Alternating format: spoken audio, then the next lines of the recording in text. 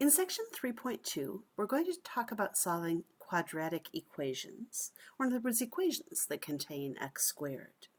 Just a quick reminder of kind of why those are important. We saw in the last unit, we talked a little bit about the zeros of a function. On a graph, we know we can find the zeros by looking at the x-intercepts. Right, the x values of the x-intercepts are the zeros of the function. And algebraically or analytically, the zeros are just the places where the equation is equal to 0. So if we want the zeros of the function y equals f of x, what we're really saying is, when is our function f of x equal to 0? So when you think zeros of a function, think literally the function equals 0.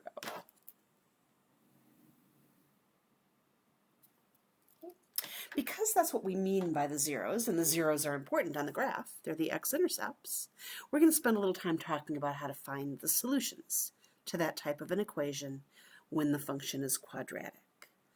Then in the next section, we'll be able to use that to help us explore a little bit further the graphs of quadratic functions.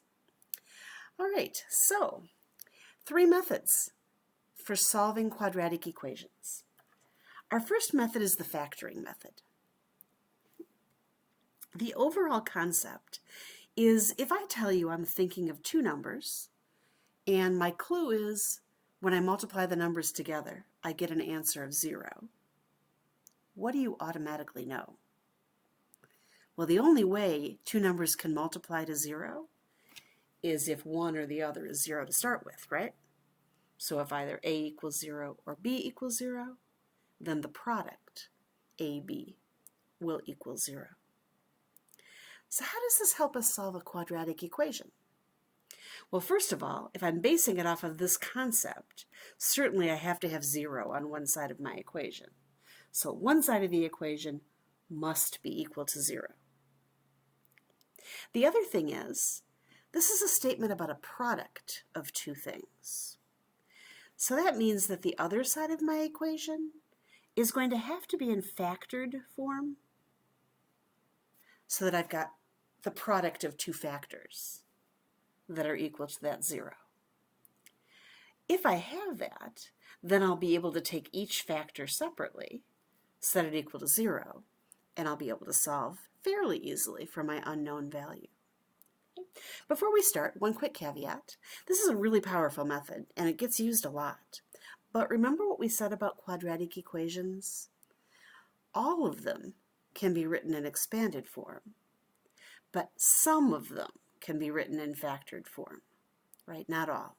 So there will be problems that this method won't help us for. It's why it's just method number 1 of 3. All right, so we're going to solve each of our equations here using our factoring method. And in my first equation, the first thing I'm going to notice is that I don't have 0 on one side of my equation. So I'm going to do that first. I'm going to rewrite this as n squared. I really like keeping the positive leading coefficient. And so then I'm going to subtract the 7n, and I'm going to add the 10, so that I do get that 0 that I needed. Next step, right now I have expanded form, but I need factored form. This is a trinomial, so I know I'm going to be able to use sum and product. And with a leading coefficient of 1, I have a little advantage. I already know it starts with n times n. I then need a sum of -7 and a product of +10. So that looks like -2 and -5 to me.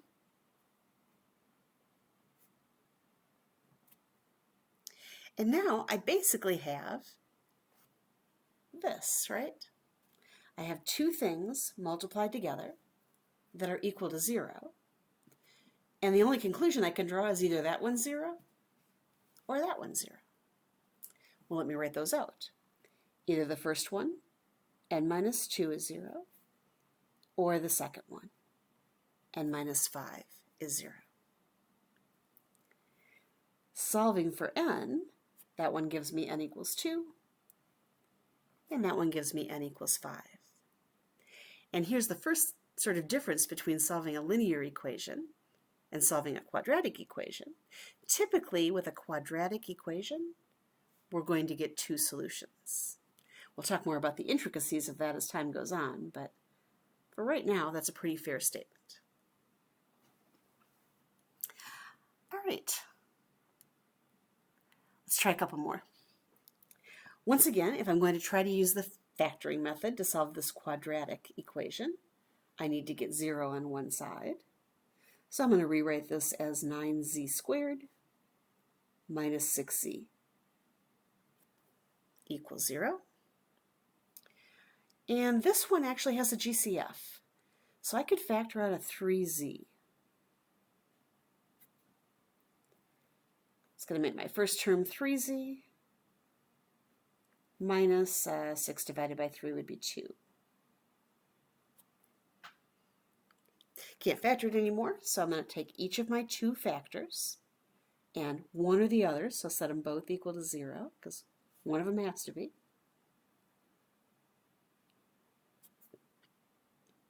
This one, if you just divide both sides by 3, says z equals 0, one of my two solutions. And over here, I would have 3z equal to 2, and again, dividing by 3, z equals 2/3.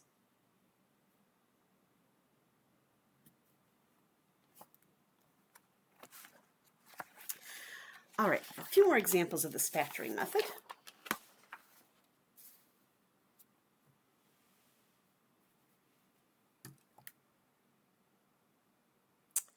In C, my equation already has a 0 on one side, so that's one step I don't have to do myself.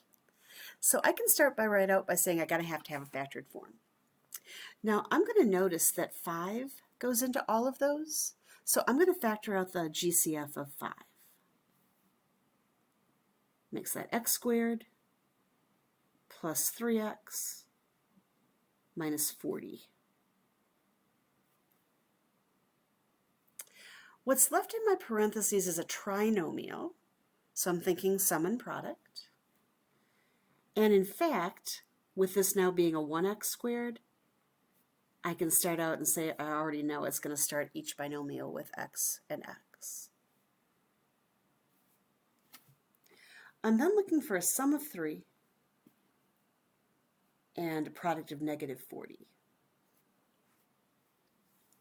So let's see, 5 and 8.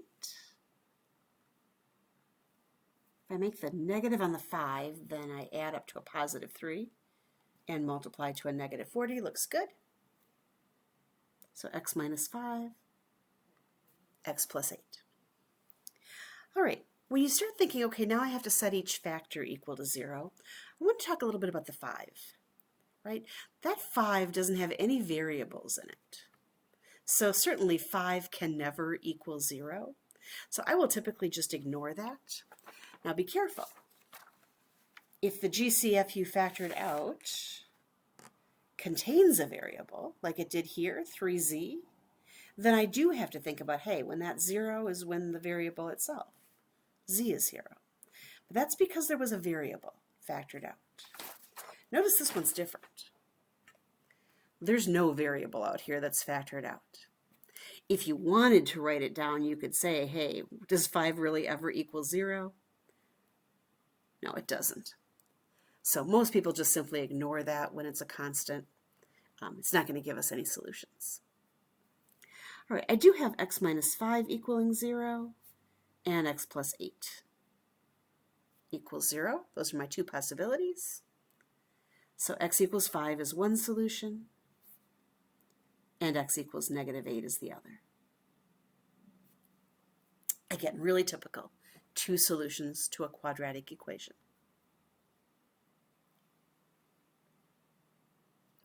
In D, the initial excitement at seeing a factored form kind of dies when I realize, oh, rats, I don't have a 0, right? So I'm actually going to have to multiply this one out in order to be able to take this negative 1 and bring it over and create the 0 that I need. So let's do that. I'm going to multiply 3x squared minus 6x minus 2x plus 4 equals -1. And in this next step, I'm going to combine those, but I might as well go ahead and add the 1 at the same time to get the 0 that I needed. So 3x squared minus 8x plus 5 equals 0. All right, no GCF this time, and it's a trinomial, so it's going to have to be the sum and product. Unfortunately, without a 1x squared, I'm probably going to have to do the more expanded version, but we can do that. Sum of -8 and a product of 15.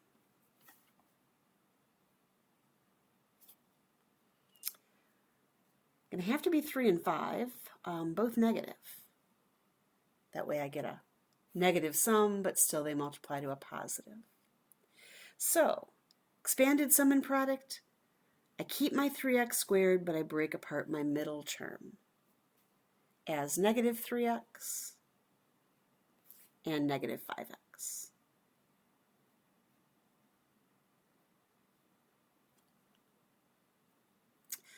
Create two pairs. And the first pair I can factor out 3x, which makes that x to the first just -1. Notice there is a minus sign between those two pairs, so I'm going to have to factor out a negative. And I can also factor out a 5. So that's just going to be 1x. And then +5 divided by -5 is -1. Factoring's looking good. I do have the same pair of my binomials here inside the parentheses. So I'm going to factor out the x minus 1. And that's going to leave 3x minus 5. Took a little bit more work to do the factoring, but now I'm back in that form where I'm multiplying two things and getting an answer of 0. So either the first one had to be 0 or the second one had to be 0. This one just gives me x equals 1. That's my first solution. And over here I'd get 3x equals 5. So x would be 5 divided by 3, or 5/3.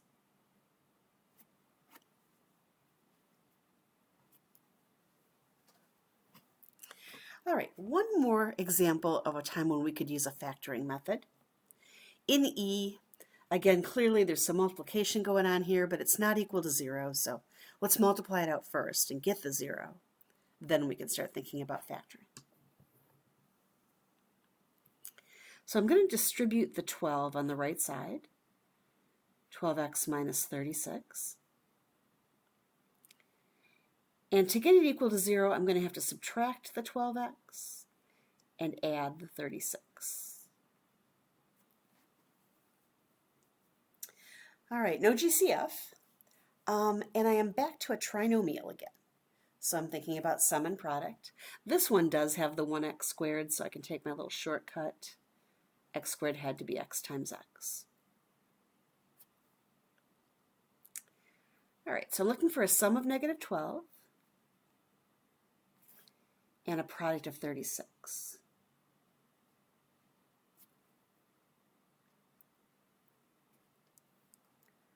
I think -6 and -6 is the way to get that. So x minus 6, x minus 6.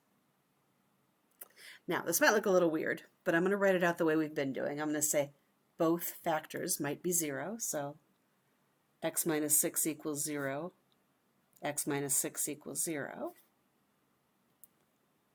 x equals 6, x equals 6. Okay. Now, of course, what I got here is I got the same solution twice. Usually when you get the same solution twice, you only write it once. So I'd say x equals 6. But because the 6 actually popped out of the solution process twice, we call this a solution of multiplicity 2.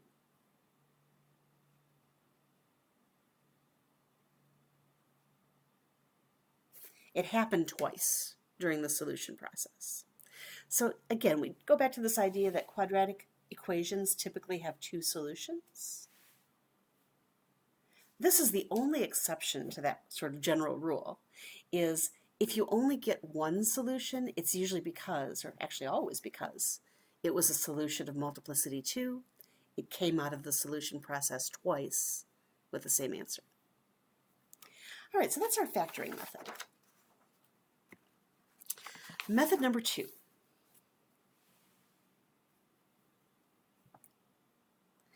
Called the square root method. And the idea here is that if we know that x squared is just equal to some number, notice there's no x's on this side, just a number, then x is either the positive square root of the number or the negative square root of the number. To see why we had to do that positive or negative square root thing, think about this for just a second. Suppose I tell you that x squared equals 49. Certainly, most people think right away, oh yeah, x definitely could be 7. But would you agree with me that negative 7 squared is also 49? Right? They both work. So I have to think about both the positive and the negative values of the square root. Another way of thinking about that would be to take this equation and solve it using the factoring method. I'd have to get it equal to 0, so I'd have to subtract the 49. And this time I'm factoring a binomial. It is a difference of squares, right? It's x squared minus 7 squared. So the difference of squares pattern is x plus 7 times x minus 7. So either x plus 7 equals 0 or x minus 7 equals 0. And here again, I get my x equals negative 7 and my x equals positive 7. So whether you just kind of do it more or less intuitively and realize that both positive and negative numbers, when squared, give you a positive, or when you think about it really formally with our factoring process, we can see that those two solutions are the solutions to an equation like that. In order to kind of avoid having to do a really long process like this and use this shortcut, we simply remember that anytime we take the square root as part of our solution process, we always have to account for both the positive and the negative square root. Keeps all our math really consistent, right? All right, because square roots are going to occur now in our solving process using the square root method, I'm going to take a real quick few minutes, and I want to talk a little bit about rules for simplifying square roots.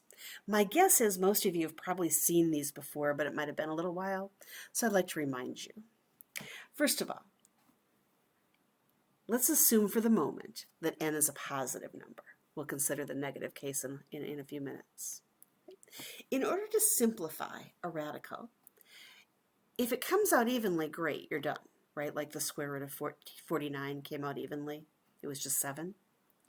But if the square root doesn't come out evenly, to simplify it, we have to remove factors that are perfect squares from underneath our radical. So I might break n, my original number, into two parts. One part that's a perfect square times whatever's left over to get the original n. And that allows me to take the square root of the part that's the perfect square. Now, quick comment here.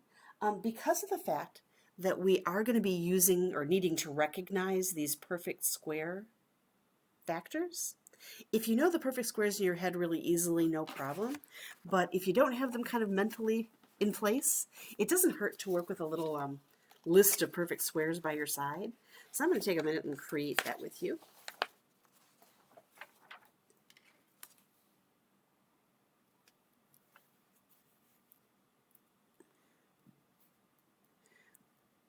Let's just talk real quick about these perfect squares. And 1 is its own square. I don't care so much about that when I'm simplifying radicals. So let's start with 2. And my number 2 squared is 4. 3 squared is 9. 4 squared is 16. Keep making your list.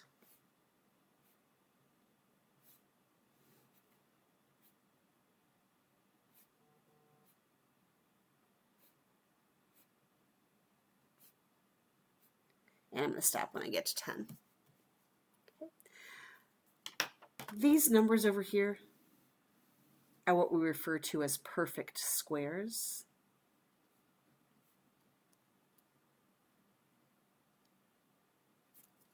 Because they're exactly the square of some whole number. So it's these perfect squares that I want to watch for as factors of the number that I'm trying to break down. All right, so I'm going to try to solve each of these little quadratic equations with my my square root method. And I'm going to start with this x squared equals 75 and say, well, I know I want to take the square root on both sides. And I got to keep that plus or minus in there like we talked about. The square root of x squared is going to be x. And then on that 75, I'd like to break it down, looking for a perfect square factor. So I'd like to break it down as the product of two things. And it's these numbers here, these perfect squares, that I would like to use as my first factor. So asking ourselves the question, which of these perfect squares is a factor of 75? 25 goes into 75 evenly, right? So I'm going to go with 75 is 25 times 3. Okay. So again, my whole goal is to break that number down into two factors, but one of the factors has to be a perfect square, or it's not going to do me any good. And make sure it's factors. This is a multiplication process. 25 times 3 is 75. Doesn't do you any good to do adding or subtracting or anything else. It's got to be multiplication. All right, the square root of 25, I can do that now. That's 5. The square root of 3 is just going to stay the way it is because it's not a perfect square.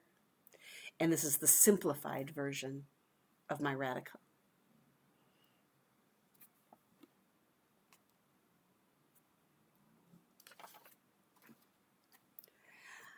All right, let's try B. The equation is x squared plus 20 equals 200. And I'll have you notice that when we talked about solving these equations, our format was just x squared on this side equals just a plain old number on the other, no x's. I don't quite have that format here. So I'd really like to get this x squared by itself to create the format that I need for my square root method. So I'm going to start by subtracting 20 from both sides. X squared equals 180. And now that I've got the x squared by itself, just equal to a number on the other side, no x's, I can take the square root of both sides. Remember that plus or minus.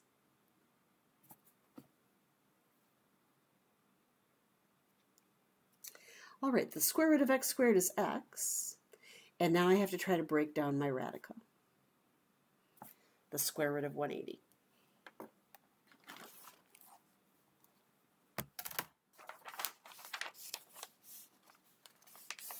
So I'm going to grab my list of perfect squares here. And I need one of these perfect squares that goes evenly into 180. Now you're going to come up with some really quickly. Actually, 4 goes into 180, and so does 9. But those are still some pretty small numbers, and I'm wondering if by any chance some of these larger ones might go in. It's to your advantage. You're going to get to your final answer fastest if you pick the largest possible perfect square that goes into 180. So I'm actually going to try a couple of other options here. I'm going to say my 180. I already know 4 works. Oops, there. I already know 9 works. But I'm hoping one of the bigger ones works as well. So I'm going to try 16. 180 divided by 16. And sorry, I'm trying to get this so you can see it. There we go. Didn't come out evenly, right? 11.25. Next possibility is 25, so let's try 180 divided by 25. Still didn't come out evenly. The next one on my list of perfect squares here is 36, so I'm going to try that.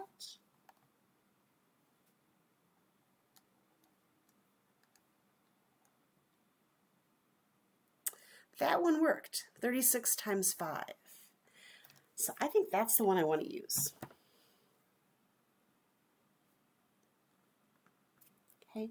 Once this number gets small enough that I can clearly see there are no perfect square factors in it, I'm pretty satisfied that I've gotten the largest possible perfect square out of there.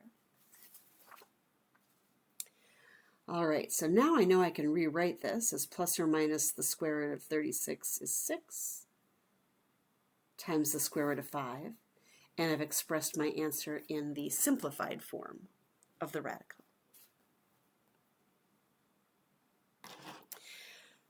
One last thing we need to talk about in terms of simplifying radicals is what to do when we've got a fraction that we need to take the square root of. So let me go ahead. This has already got the x squared by itself, so I'm going to say the square root of x squared is plus or minus the square root of 5/16.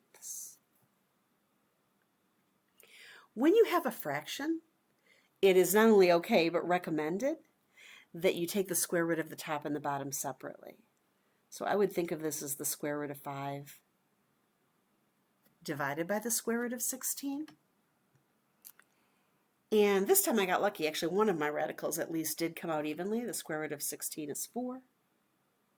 So I'm going to give my answer as plus or minus the square root of 5 divided by 4.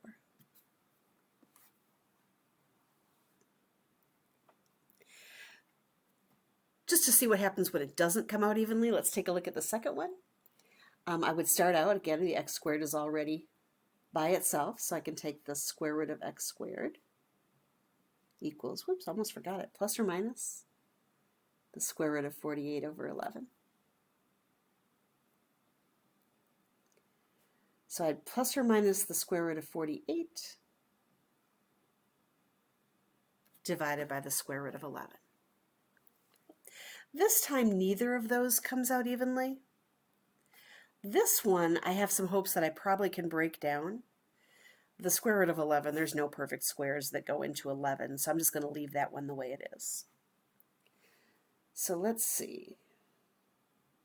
I'm going to try and break down the radical in the numerator, but I'm going to leave the square root of 11 in the denominator.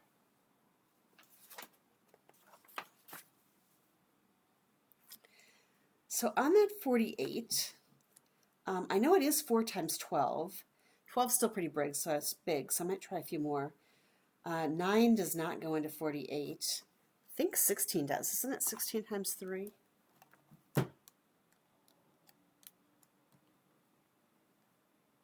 Yes. So I'm going to go ahead and break that down as 16 times 3.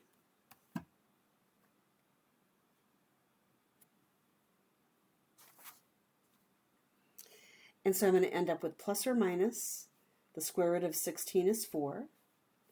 Square root of 3 can't be broken down any further. The square root of 11 can't be broken down any further. And so I am done. Quick note here. You may in the past have been taught that you can't leave square roots in the denominator, and you have to do a process called rationalizing the denominator. You are not required to do that in this class.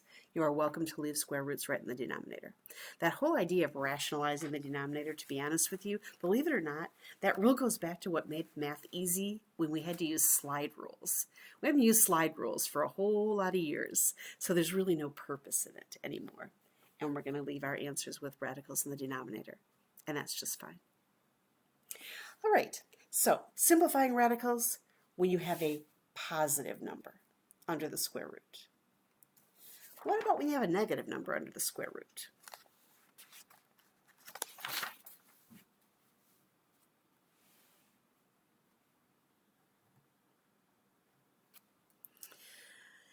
Here we're going to have to use a, at least new to this class fact, you've probably seen it before, but the idea that we're going to define a new number, the square root of -1, as this number that we call I.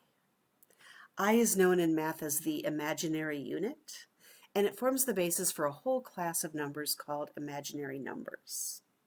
Okay. I do want to make a quick mention that it's sort of an unfortunate naming system. There's absolutely nothing wrong with the square root of a negative, and whoever decided to call them imaginary kind of gave them a bad rap. People think there's something that's not good about them or unimportant about them, and that's not the case at all. That's just the name that was chosen for them for some reason. Here's how you use the fact that the square root of -1 is I, the imaginary unit, when you're simplifying a radical. What I usually do is I first of all factor out the -1, so the square root of -1 is sort of on its own. And then I'm going to break down the rest of the number into the perfect square factor times the leftover factor, kind of like we've been practicing. And then notice in the final result, the square root of -1 became I here. Square root of k squared is k, and the square root of p remains the square root of p, the one that I can't break down any further. So let's practice some simplifying here when we have negative numbers under our radicals. My first quadratic equation, x squared equals -40. X squared is already by itself, so I'm going to take the square root of both sides. Really important rule whenever you solve an equation to always do the same thing to both sides. And the square root of x squared, that's just x. And now I'm going to work on breaking down my radical. As soon as I see that it's negative, I know I can take out a square root of -1. That takes care of the negative part. And then I just have to worry about the 40. I'm going to try and break down the square root of 40, making sure that one of my factors is a perfect square. So let's see. Certainly I could go with 4 times 10. I don't think there's any bigger perfect square though. 9 doesn't go into 40. 16 doesn't go into 40. 25, 36, none of those are going to go evenly into 40. So I think 4 times 10 is the best I can do this time. All right, just sort of, I guess this is a housekeeping issue in a way. When I write my solution, I typically write the part that comes out evenly first. The square root of 4 is 2. And then I write the imaginary unit, the I, second. And then the square root that's left last. So plus or minus 2i times the square root of 10. Again, that's just sort of a convention. There's no reason you couldn't put the I at the end, other than the fact that sometimes it starts to sneak under your radical sign, which is wrong. So I think that's probably why we usually just put it in front. We don't take any chances that way. All right. By the way, I haven't said this for a little while, but have you noticed that we're still getting 2 solutions to all of our quadratic equations? One for the plus and one for the minus, right? So the 2 solutions are positive 2i square root 10 and negative 2i square root 10. All right, let's try one with a fraction. Once again, I've already got the x squared by itself, so no need to do anything there. I'm going to start right out taking the square root of both sides.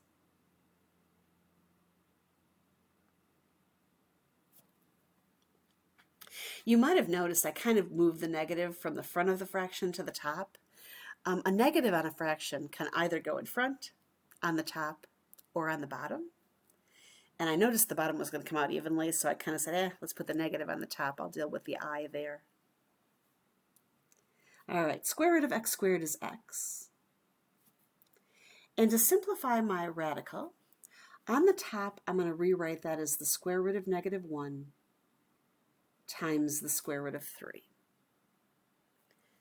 Square root of 3 can't be broken down any further. On the bottom, I really like that square root of 4 because that's just going to come out evenly. So I end up with plus or minus I times the square root of 3 divided by that square root of 4, which is 2.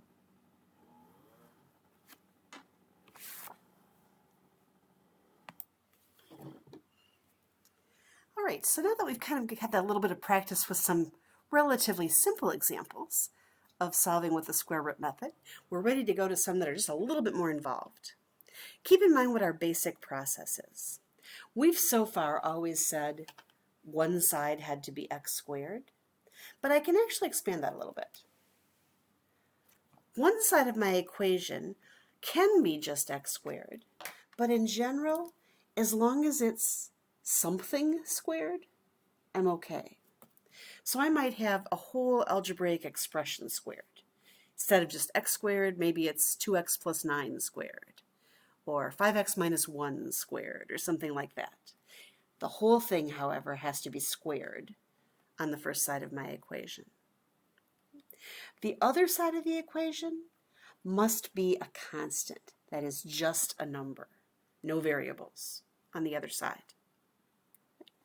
To solve then, we're going to use our square root method. We're going to take the square root of both sides, remembering that plus or minus, break down our radicals as needed, and solve for x, or whatever the unknown is.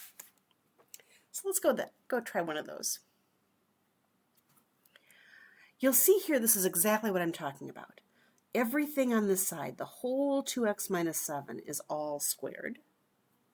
And that's equal to 9, which is just a number, no variables.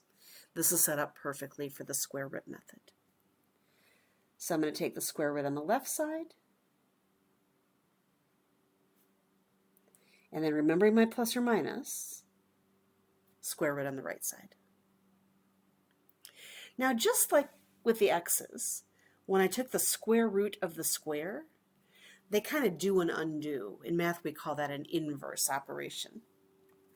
And so just like that came out to just x, here the square root and the square do and undo, and I'm going to come out with just 2x minus 7. On the right side, this one was relatively nice because it came out to just a nice whole number. The square root of 9 is 3. This creates two equations for me to solve. My first equation would be 2x minus 7 equals positive 3. And my second would be 2x minus 7 equals negative 3. I'm going to solve them both. Adding 7 is going to give me 2x equals 10. So when I divide by the 2, x is 5. One solution. And here when I add the 7, I get 2x equals 4. And so x equals 2. Right? Typical, right? Two solutions to a quadratic equation. Found in both. All right, we're going to try a few more like that.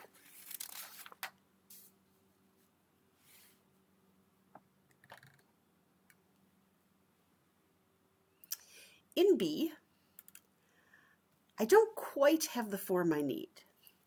This whole thing that's squared really needs to be by itself. So I would like to get this by itself.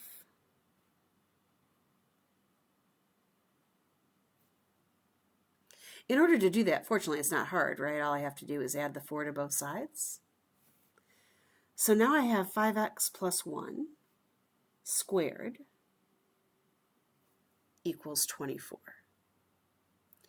This is, again, a good form for the square root method. I have something that's all squared on one side and just a number with no variables on the other. I can now take the square root of both sides.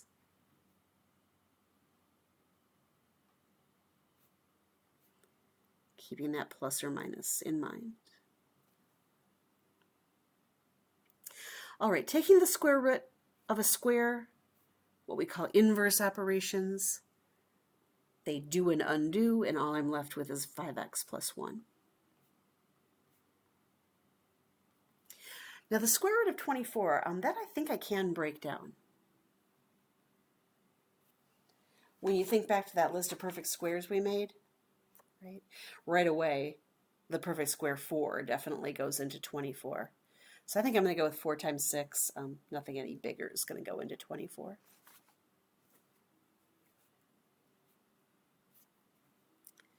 So I have 5x plus 1 equals plus or minus 2 times the square root of 6. So just like last time, I now have two equations. Go over here. I have 5x plus 1 equals positive 2 times the square root of 6. And I have 5x plus 1 equals negative 2 times the square root of 6. To solve these, I have to subtract 1. And here's a place to be really cautious. These are multiplied together, right? 2 times the square root of 6. So I can't take that 2 minus 1. Order of operations would say I actually have to multiply the 2 times square root of 6 first before I subtracted the 1. These are kind of like unlike terms in algebra. And so what I usually do is I usually just write them separately. Negative 1 plus 2 times the square root of 6. Okay. Can't combine them. They're not like terms. Can't add before I multiply. It would violate the order of operations. I have to leave it just like that unless I wanted to use a calculator and get a decimal approximation, which we'll talk more about in a couple minutes. Okay. Lastly, to get x by itself, I would divide by 5. And this is really typically how people leave this answer if they want an exact answer. Negative 1 plus 2 square root 6 divided by 5. Okay. Now, if I was wanting a decimal approximation, the wavy lines are the approximate equal. I could, of course, grab my calculator and just put that in there. Desmos does this too. I'm going to use parentheses for my numerator on the calculator. Negative 1 plus 2 times the square root of 6. That's my whole numerator divided by 5. So it's approximately 0.78.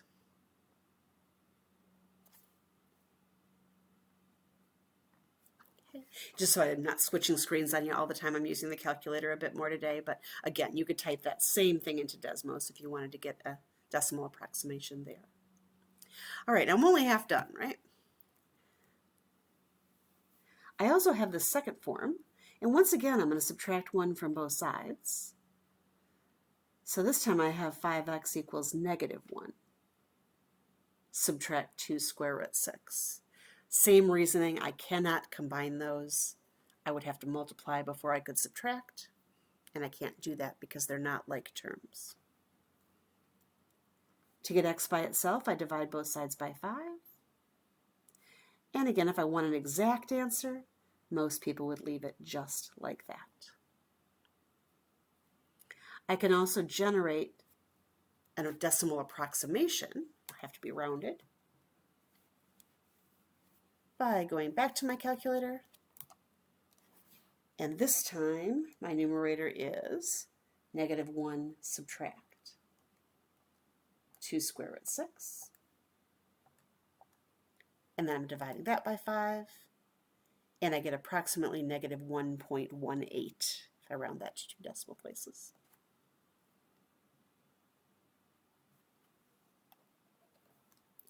Okay.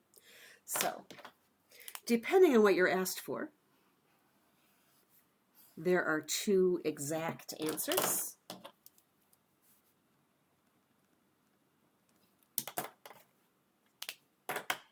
And here are 2 approximate decimal approximations.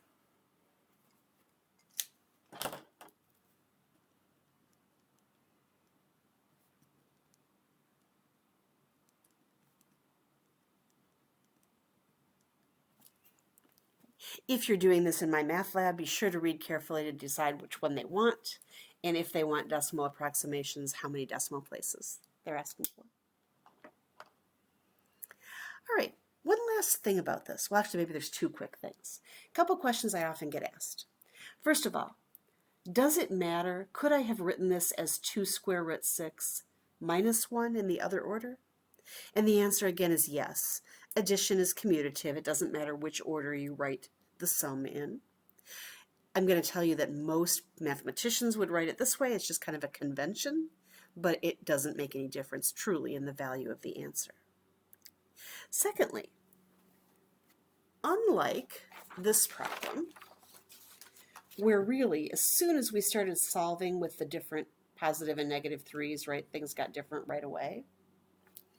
Did you notice that the process with the plus and the minus is essentially the same all the way down? A lot of people in a case like this will actually do these exact answers together. They'll actually keep going from here instead of splitting it into two problems by saying if I subtract 1, 5x is negative 1, either plus or minus 2 times the square root of 6. And then they'll divide both sides by 5. And so their answer, their exact answer, is a little more compact. They leave the plus or minus right in it rather than writing it out as two separate pieces. When you're doing problems by hand for me, I'm perfectly fine with that notation. But again, read my math lab carefully. Sometimes they force you to type in the two answers separately. So watch out for that. Obviously, if you're needing a decimal approximation, you do have to enter those in the calculator or into Desmos separately. So having seen that shortcut once, whenever things don't come out evenly, I'm probably going to go ahead and use that little shortcut from here on. All right, we have two more examples of the square root method. First of all, we've got x minus 6 squared equals negative 100. So I want to take the square root of both sides. By the way, I probably should have said this first. That's in perfect form, right? The whole thing that's squared is all by itself on one side, and I just have a number on the other side. So set up perfectly for the square root method. Remembering my plus or minus. All right, taking the square root of that perfect square just leaves me the x minus 6. And on this side, I can think of that as the square root of negative 1 times the square root of 100. Square root of 100 comes out evenly, it's 10. So that's just 10i.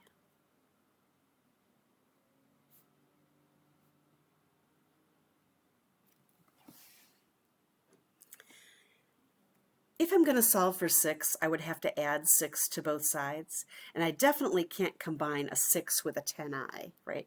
I can't combine a real number with an imaginary number. Again, algebraically, you can think of that as kind of like not being able to combine unlike terms.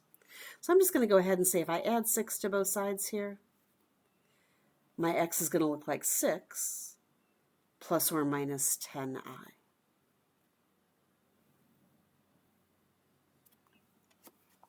There's nothing more I can do to that. I can't combine these in any way. I can't add them with or without a calculator. Those are not like terms. One's a real number and one's an imaginary number. Can't combine them. So that's actually done, but I want to make a little bit more of a mention about this number, this 6 plus 10i or 6 minus 10i, which are really the two solutions that I have here written separately. These two numbers are called complex numbers. A complex number is the sum or difference of a real part and an imaginary part.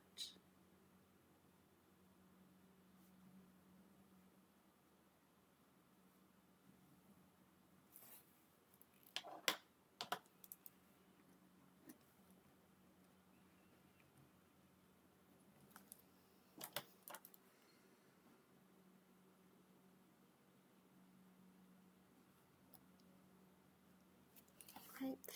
And in this case, both the real part and the imaginary part are positive. This is another complex number. This time it's just that the real part is positive and the imaginary part happens to be negative.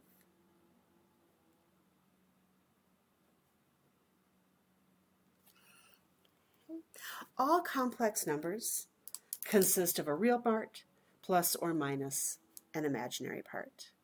And when we write them, there is a standard form. We always write the real part first, followed by the imaginary part. In my math lab, if you write it in the other order, they'll actually tell you. They might say something like, oh, that's equivalent to the correct answer, but not the correct way to write it, or however they say that.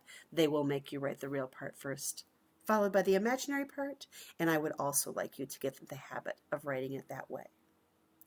Now, I will just give you a quick heads up. Technically speaking, every single number that we've ever talked about, including these, are complex numbers. A number like just 6 is still a complex number. It just has a 0 imaginary part. And a number like just 10i is still a complex number. It would just have a 0 real part.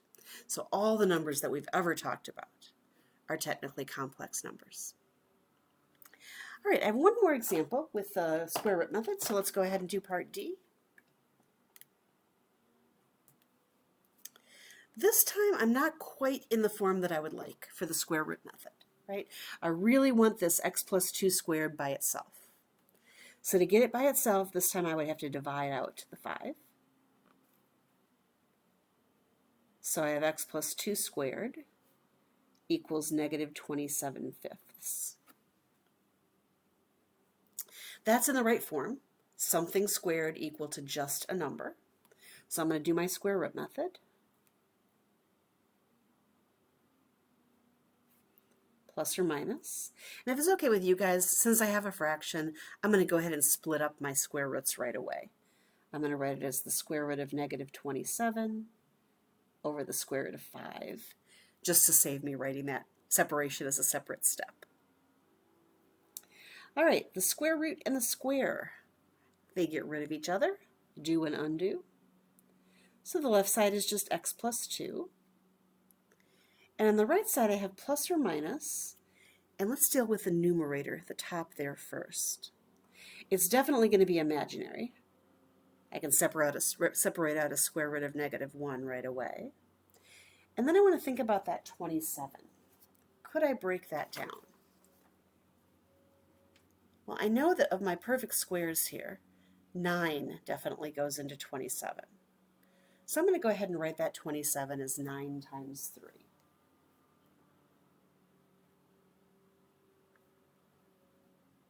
And the square root of 5 I can't break down, so I'll just leave that the way it is.